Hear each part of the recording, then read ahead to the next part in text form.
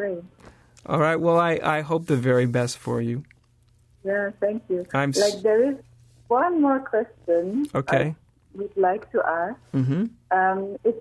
For me, it feels like a very much a Tiruvannamalai question. Okay. Because from these Advaita teachers we have here, Mm-hmm. We have all the people running around, and there is this famous question, who am I? Yeah. And then the mind goes, nobody, or I don't know. Yeah. There comes no answer from the mind. Yeah. And then people run around, and everybody tells you, there is nobody here. It's not about me. And I know. My experience is there is somebody and there isn't somebody on the same time. Yes. And yes. To come from just one side and say, oh, it doesn't happen to me, it has nothing to do with me, and it's kind of not the full truth. And I just wanted to ask you if you can say a little bit about it, because I see so many people get trapped from the answer that comes from the mind, from the I don't know, and there is nobody. I know. I'm very glad you brought this up, and I think what you've noticed is absolutely true. I've noticed it myself here in the States, and the sort of teachings that come from the Advaita tradition. They're very, very powerful teachings. They're very great pointers, but the problem is the more powerful a teaching is, the more easy it is to misuse it and misunderstand it. And what happens is a lot of these teachings, as we say in Zen, that the finger pointing to the moon has got mistaken for the moon. So the truth isn't something that you and I could put into words, is it? It's really not. Yeah. Like you said, when you stay with your experience, it's true non-duality is there is nobody here and there is somebody here. And it's like the truth is both of those are true and neither of them are true.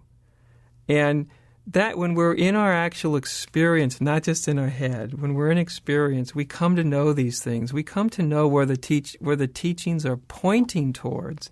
And we don't get stuck with the teaching itself. There is no doer, there is no this, there is... like you said, if it gets stuck on the mental level, then it's just becomes sort of a spiritual game. And it's why I caution people all the time, if you're going to use a teaching, you really have to go to what it's pointing toward and not get stuck on simply what the teaching says. It's like telling somebody how an orange tastes is not the same as tasting it yourself, is it? In fact, telling somebody how an orange tastes is nothing at all like an orange actually tastes when you taste it. The taste of it is completely, you could never describe it in 1,000 years, could you? So if we can't even explain what an orange tastes like, how on earth could we possibly explain what the ultimate is like?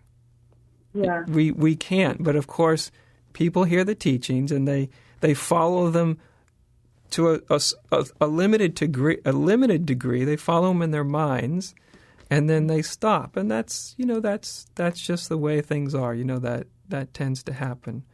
But when you've had some taste of the truth, then you know the difference between settling for an intellectual description of reality and really finding the living presence of it within yourself. Two totally different things. So I'm really glad you mentioned that too, because I think it's very, very important to never be satisfied with just the content of a teaching, the pointers, or even what the teaching says, because it's at best it's a finger pointing towards the moon. It's saying go that direction. Don't get stuck on the pointer.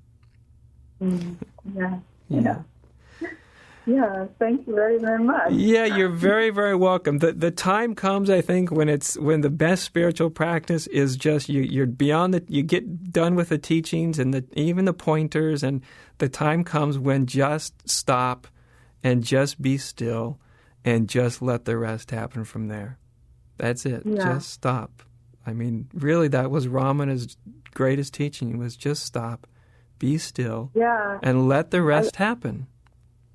Yeah, I can feel that all the concepts and the finger pointers, and I can't read any books anymore. Yes. Because, Yes. the teaching is the very moment. Yeah. Yes. Yes. I've experienced the same thing myself. I've spoke with any number of people that when the teachings really start to deliver you where they're meant to deliver you, you don't even really have a taste for teachings anymore. You don't want to read about it. You want to actually be it. Yeah. That's very, very natural. Totally natural. It's like, it's the difference between eating a good meal and eating the menu. Once you've had a good meal, you don't need to keep ingesting the menu, do you? It's the reality. So I want to thank you so much for calling. Yeah, I want to thank you also very much. You're very welcome. Somehow it came to my mind, I just want to mention it. Sometimes I had the feeling it would be wonderful to have you here one day at Tiruvannamalai. So. Right, you never know. You never know. You never know. I do feel a certain help with the organization and coming to Tiruvannamalai since 5 years. So thank you. To mention. Thank you very much. Thank you. Yeah. Okay. Yeah. Thank you very much, Adyashanti. You're welcome. Bye-bye. Namaste. Bye-bye. Bye. Namaste.